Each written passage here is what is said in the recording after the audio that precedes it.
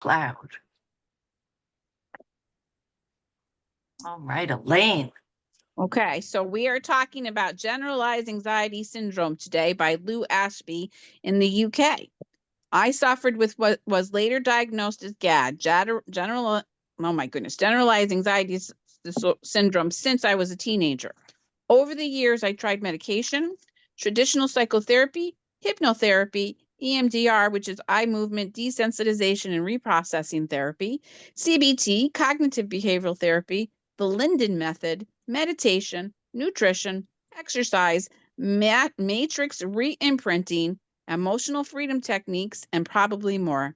Nothing worked for very long, and just reading that list, I feel exhausted. Anxiety led to insomnia, with one period of about 4 years when I was only sleeping 3 to 4 hours every night. This progressed to the start of panic attacks during driving about 3 years ago. I reached a point where I stopped searching for a resolution and accepted that I had no choice but to live this challenging and largely joyless life, managing the anxiety for the rest of my life through exercise, meditation, and breath work. For me, anxiety has always been very physical. I couldn't get a full breath. My chest and my abdomen were always knotted unbearably with tension. I always felt like I was standing at the edge of a precipice or about to sit a nerve-wracking exam. Anxiety has held me back hugely in life. I gained a first-class honors in biology at university, but the anxiety after university was so great as I went out into the real world, and that it was all I could do to hold down simple administrative roles, and have worked as an administrator ever since. A small existence, unable to reach my true potential, caged by anxiety. I did not know how to get out of the thought prison I lived in for so many years. I thought I had to find ways to solve all my problems, find ways to grow my confidence and self-esteem, and find techniques to resolve the anxiety and stress. It was at this very low point that I discovered the 3 principles of mind, consciousness, and thought, as discovered by Sydney Banks, a Scottish welder who, in 1973, had an enlightenment experience that led to the discovery of psychological and spiritual foundation of all human experience. If that sounds unlikely, I passionately encourage you to uncover this understanding for yourself. Through the 3 principles understanding, I've discovered that all of us have all of the self-esteem and confidence we could ever need within ourselves. It's simply been hidden by our own personal thinking and the conditioning that we believe to be true. I've discovered the truth that we're all completely mentally healthy underneath a layer of personal thought. That's right, we are not broken. None of us are. I've learned that thought is transient. That when we start to ruminate upon certain sticky thoughts, the longer we spend feeding fuel into the thought fire, the more real these thoughts appear and the longer they hang around, obscuring the peace that we all have inside of us all the time, no matter what we're living through. Thanks to this understanding, the anxiety that dominated my life for decades simply began to disappear. No techniques to practice, no work needing, no requirements to go taking back through my past. It just happened. Our worries simply began to flow away with this understanding. There's nothing to do, and when we see it deeply enough, really nothing to worry about. This seems difficult to believe at first, but believe me when I say it is really the truth. It turns out that if we just stop thinking about the content of our thinking, then that layer of low gray cloud, our thoughts can shift and disappear, revealing a clear blue sky, a pure mind in all its beauty. Underneath that layer of cloud is where peace lives. It's a depth of peace that I can't recall ever having felt before. I'm talking really deep, all encompassing, joyful, contented, beautiful peace. It's within all of us. We just don't know it's there until we stop focusing on and taking our thoughts seriously. Thoughts aren't real. The glimpse of peace that I have been party to, I'm not connected to peace all the time. I still have moods and occasional spells of anxiety, but I have a different relationship with both now, is one of deep knowing that underneath or before thought, our essence is simply pure love, peace, and wisdom. I felt it, and it's truly a beautiful feeling. This love and wisdom is a universal love and wisdom that is far deeper than the love we may have for ourselves and others or our own personal intellect.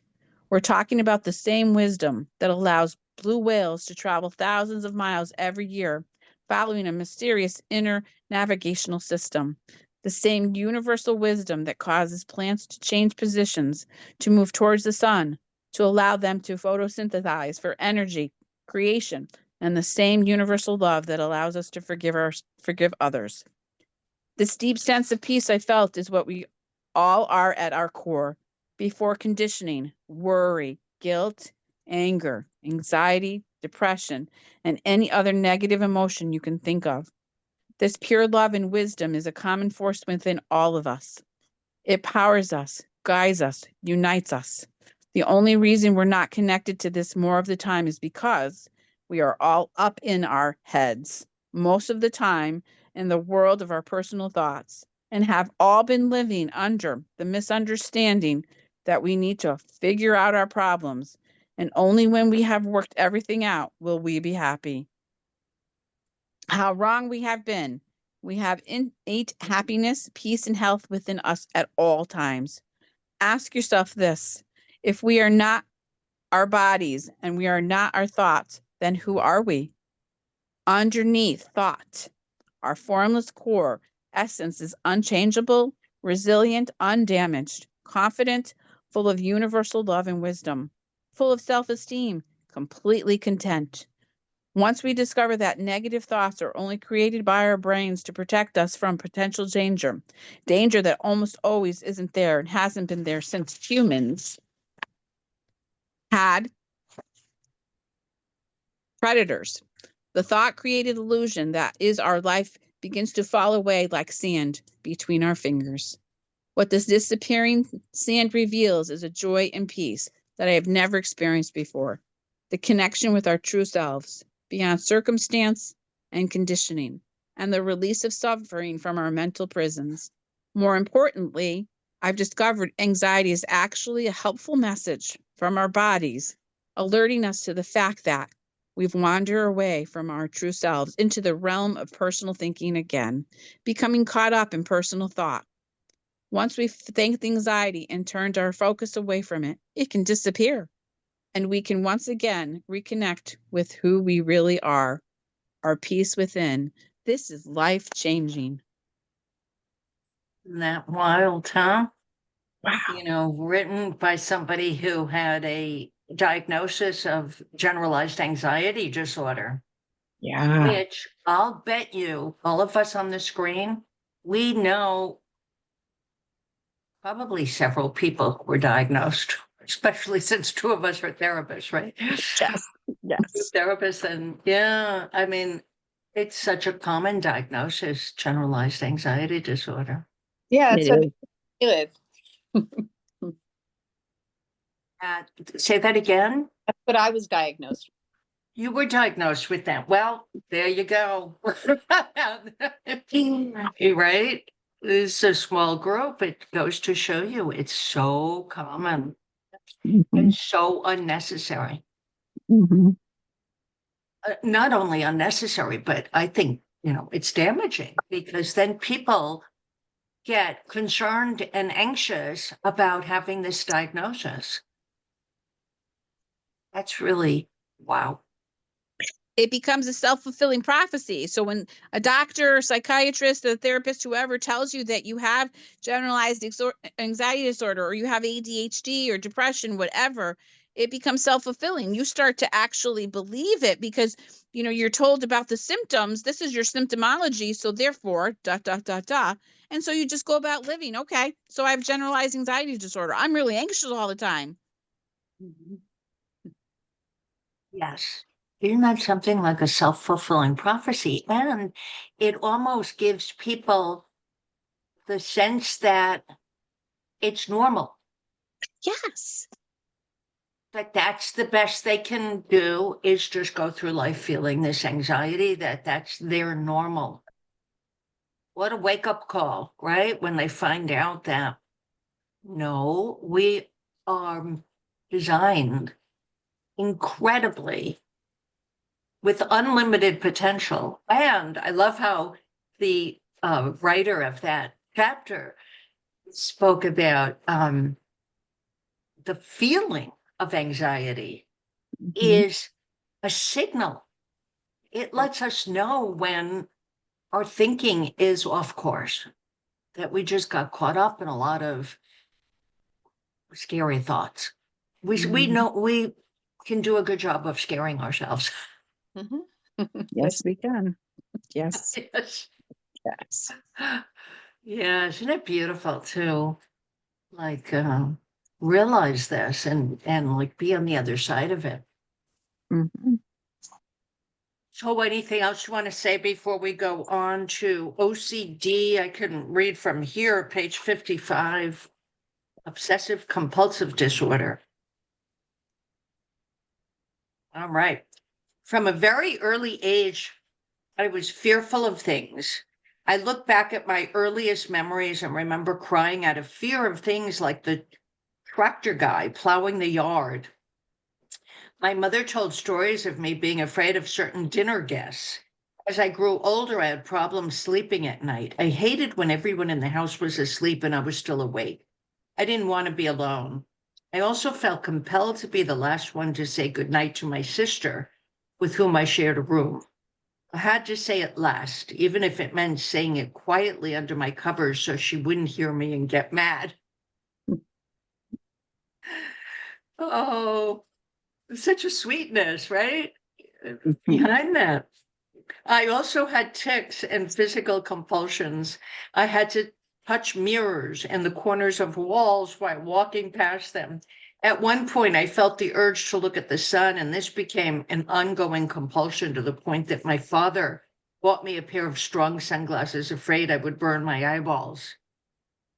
I was terrified of movies I couldn't make sense of, such as The Blob, a 1958 sci-fi about a jelly-like mass that grew by eating people.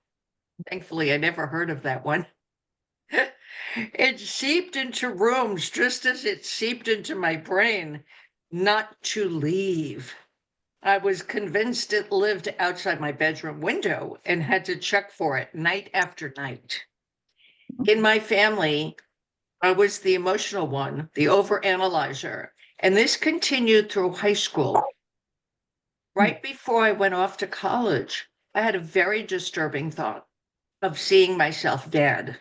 I was panic stricken by this thought, and from that day in August, I felt like that image never left my mind. It had taken up residency in my brain. I didn't know why it was there or what it meant. It didn't matter. The thought scared me literally to death. And from then on, I felt afraid in a new way. Why was I having this thought? This isn't really how I feel. This should be the best time of my life. Why am I thinking such a horrible thing? See, she went into trying to analyze it and understand it from content, from the level of content rather than how we work. Always a gregarious person, I didn't have trouble making friends in college, but I was living a superficial life. I felt like I was 95% preoccupied with the vision in my head and the dread it brought, and 5% in the present moment.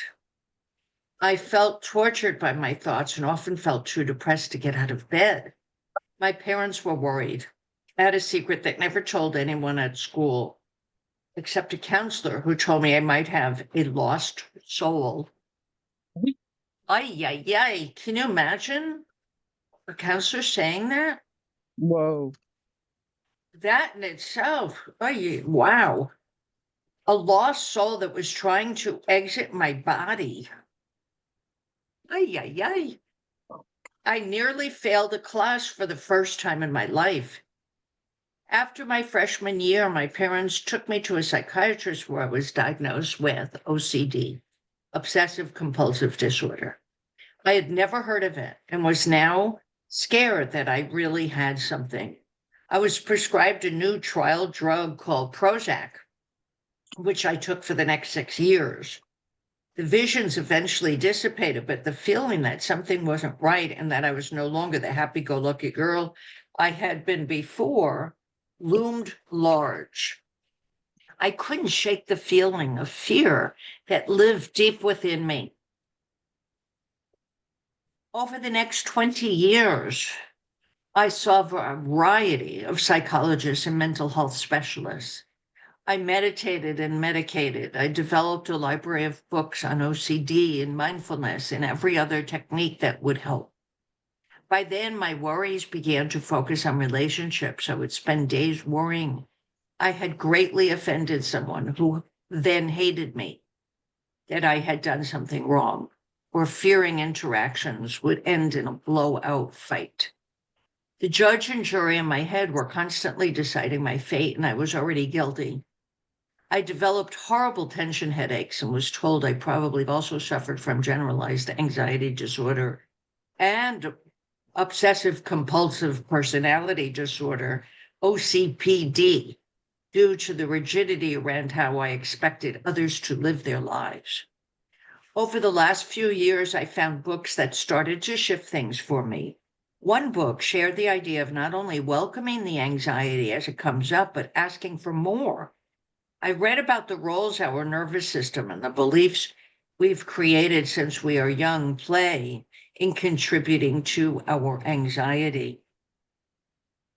I started to see and I'll just mention that that's a great example of how we get conditioned to think and buy into it and, not even realizing we're buying into it. We just think that that's reality. That's how it goes. I started to see my anxiety not just through an OCD lens, but as the result of different mental, emotional, and physical phenomena and interpretations. In 2021, I stumbled on Dr. Amy Johnson and her work, which has been informed by the 3 principles, helping people see why they suffer and how to tap into their innate resilience. This opened a door to seeing my mental health in a way I had never imagined. It was in her coaching program that my mind quieted down for the first time ever. The biggest insight for me was seeing the universality of the mind and how it works. That all minds are machines and churn out stories based on long-held beliefs to protect us. That's what they do, and it's not personal. My OCD had been nothing but personal for the last 30 years, and now I saw how my brain had been wanting desperately to protect me. Throughout my life, my true obsession has been trying to get rid of my OCD, get better, and get back to normal. Pre-OCD days, I saw deeply that my OCD was no longer a problem, and my release on it allowed all those anxious thoughts to fall into the background. My insights were in seeing how our minds create a very self-identified me that it needs to keep safe, but that this is a fictional character. I love that. We're all fictional characters. I just called myself a character the other day. Mhm. And that allows us to, see the humility, the humanity, not humility, but the humanity in all of us. We're all characters made up by our own stories. My OCD wasn't something I'd conjure up or kept around. It was a combination of energy arising in me naturally and an ever-loving mind thinking it was something to avoid. It grabbed onto images and thoughts which appeared real to me, but were the mind's most convenient way to take me away from discomfort it didn't think I could handle. It wasn't a lightning bolt moment that made me feel less anxious, but a slow realization that worked on a level that was much deeper than the mind. The personal mind is what she's referring to. And that's what insight is. It is the sight within, the sight within us, not our intellectual brain that responds to us questioning the solidity of the thoughts and feelings we have. It was noticing the times life was giving me already, just like it did when I was a child before language and labels took over, and that my true essence, the spirit that runs throughout all life, was safe and peaceful and healthy and never changing. And seeing that helped me access that peace. And I could see that the anxious parts of me and the thoughts that had me feeling responsible for damaging relationships and assuming every interpersonal problem was my fault were just part of a psychological experiment that was moving through me. It was fleeting and had nothing to do with me. For the first time, I could see how sitting with a feeling that arose really made sense. Not because I wanted it to go away, but because it wasn't who I really was and was just part of an old story that wanted to be seen and felt and be on its way. When I could see this on a deeper level, the noise in my head had no reason to be so loud. It couldn't get my attention anymore. And I found myself able to spend more time in the present moment. I found my peace with it all. There's the clue, right? How to spend more time in the present moment. When we're present, we're not bothered by past memories and future concerns. What do you think about that? We probably have time for another chapter, but I just want to check in and see if anybody wants to add anything, your own understanding.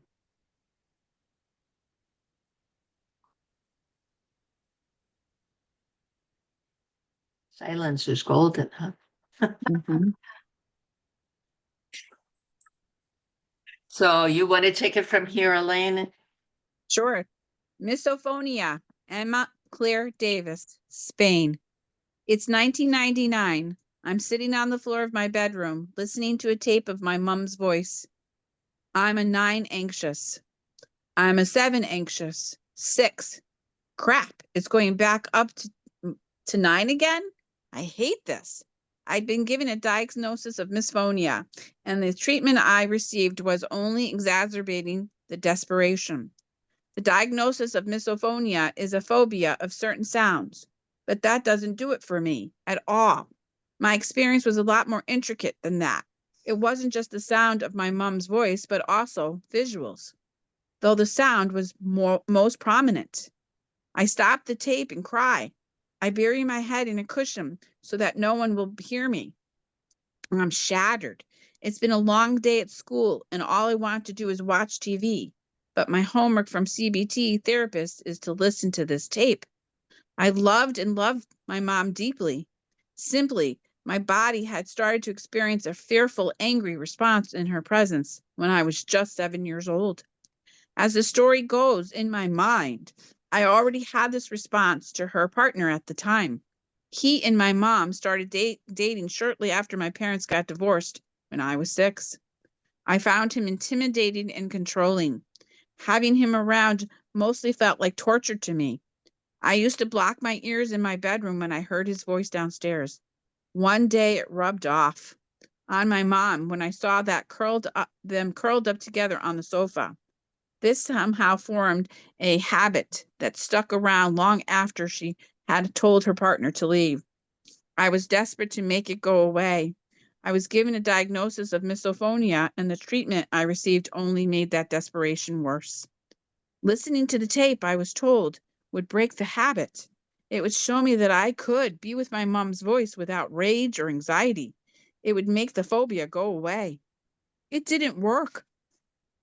My therapist told me that it would be fine to go away on holiday with my mom. I did, and both my mom and I suffered intensely. I had no resources for dealing with it except for reading Harry Potter and blocking my ears. Feeling lost, panicked, and guilty, I didn't know how to express that out loud. Years later, I blamed myself. You didn't do it properly. But I was a teenager with no sense of inner security. On the holiday, I begged God to make it all go away. When he didn't answer, I stopped believing. Thus, I entered into the world of escapism. I went out with my friends and drank. It was the only resource I had to slow my thinking down and have a break from my own darkness. As soon as I finished uni, I moved to sunny Spain. In my mid-20s, I came across meditation. Finally, some inner light seeped through. I saw that when my mind was calmer, I was more relaxed with my mom and in general. Several Tibetan Buddhism retreats in Los Alpujarras, Granada, immersed me more deeply in the practice of meditation. At one point, I was meditating for half an hour every morning. Nevertheless, deep down, I still largely felt like a victim to myself.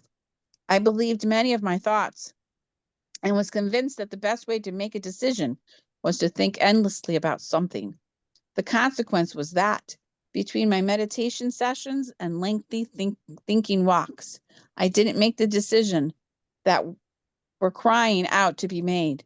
Sydney Banks' teachings came into my life when I was doing an online mindfulness course and never imagined to fully scan my body as I fell asleep every time. At first, I gleefully picked it up as, screw NLP, this is the new best way to coach. I spent all day saying to myself, it's just your internal experience, and struggling with my thinking, until I realized that Sid's message was very deeper than that. I started to feel the warm glow of, I am really okay, that I'd missed sorely in my childhood and adolescence. One day after a retreat, while sitting on the sofa talking to my mom on the phone, I suddenly became aware of how my experience of the moment was manifesting at a dizzying rate. The lime green of the sofa, the neighbor shouting, my mom's warmth, my laughter, her voice, my breathing, the reflection of the light on the floor, all happening within me. Neither my mother nor her voice were outside of me. It had absolutely nothing to do with her at all. There was no trigger. The experience was being created from the inside out. It always has been. For whatever reason, my consciousness had been contracted as part of the pattern of every day, everything expressing itself, and I had suffered. But not now. I saw that consciousness was unlimited, uncontained, continuously composing music from formless to form. My experience was dynamic and ever-changing. The shift felt huge. Until one day after a transformational course, I found the old range anxiety creeping up acutely inside of me in my mom's presence for no apparent reason. Once more I cried, and I sent a message to someone who had been on the course with me. She replied that the trick was to be okay with any experience, just as has Sid taught. If we could be in the midst of our own worst nightmare and still be okay, the world would change. Inevitably, sometimes the anxiety is completely absent, sorry. When I'm present, allowing the joy of my true nature to seep through. Other times, I'm contracted and it manifests. But the experience is never exactly the same because it can't be. Any experience is okay.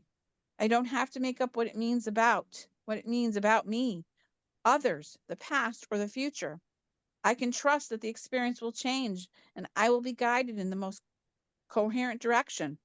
And I am, even when it's painful, as life is sometimes.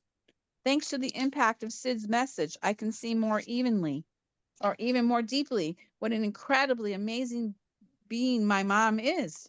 I enjoy and savor many rich moments in her presence now. I am also no longer afraid to experience anxiety.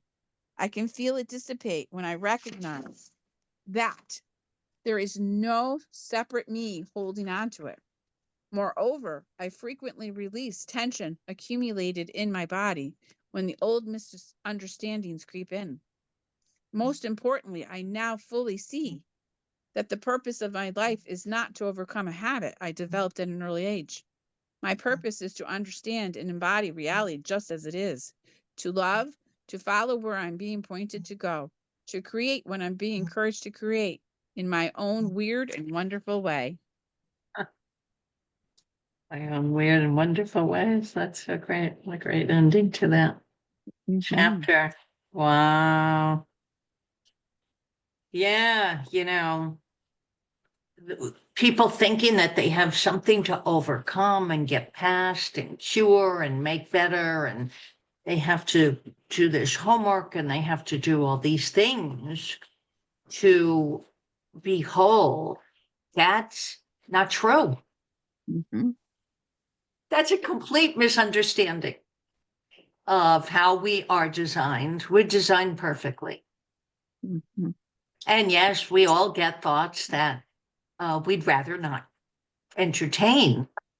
But because people misunderstood thinking and were taught actually that those thoughts meant something, they dive deeper into the problem, and the problem grows.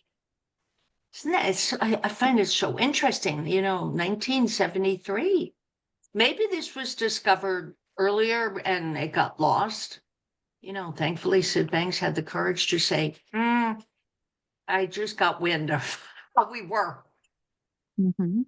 And oh my gosh, from the inside out. Mhm. It's not about applying band-aids and applying, whatever the technique Ew. or, Excuse me. um, whatever the solution is supposed to be, medication included, which of course, people who are on medications, they have to um, titrate off very slowly as they're learning this inside out understanding. And there's more stories in here that talk about that. Mhm. Nice job. Yeah. So anything you want to say before I stop the recording, and then we can still have time, we could talk personal after that. Anything you want to say that's going to be recorded? Well, one of the things that I found was like one of the very last sentences, and it said, "My purpose is to understand and embody reality just as it is, to love, to follow where I'm being pointed to go." I mean, being able to encompass that, being able to live that, guess what it's all about.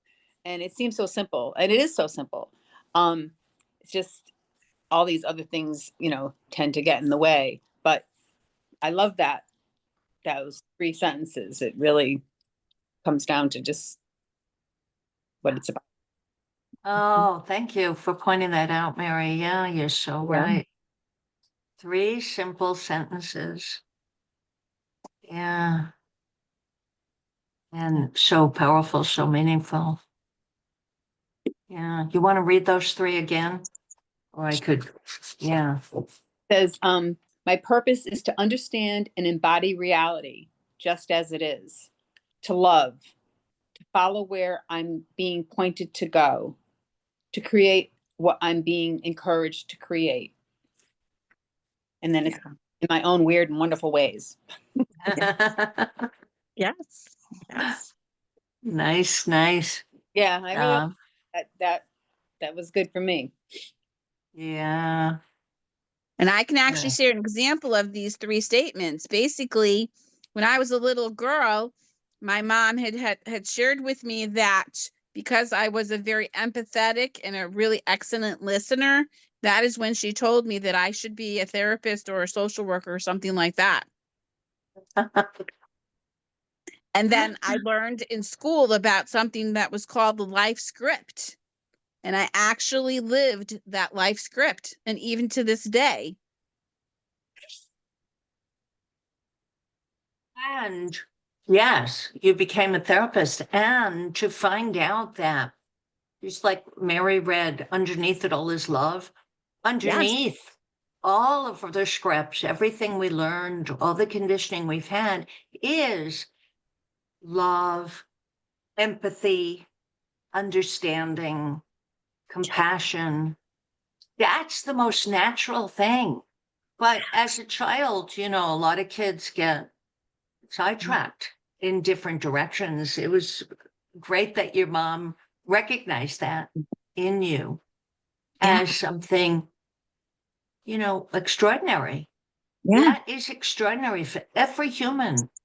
That ability when we're out of our conditioned ways of thinking and our stories, our default setting is Yeah. actually, I mean, you look at babies, right? Before they hear anything or learn anything about this, they're just pure love, pure, they're trying to understand the world, but they're very patient and understanding with people teaching them until they get older and they start learning things like, wait a minute, nobody's going to tell me anything. Mhm. Mhm. See how our created or self-created and other created thoughts just cover up and get in the way of the pure love, compassion, empathy, understanding. Yeah. Yeah. All right. I'm going to stop the recording.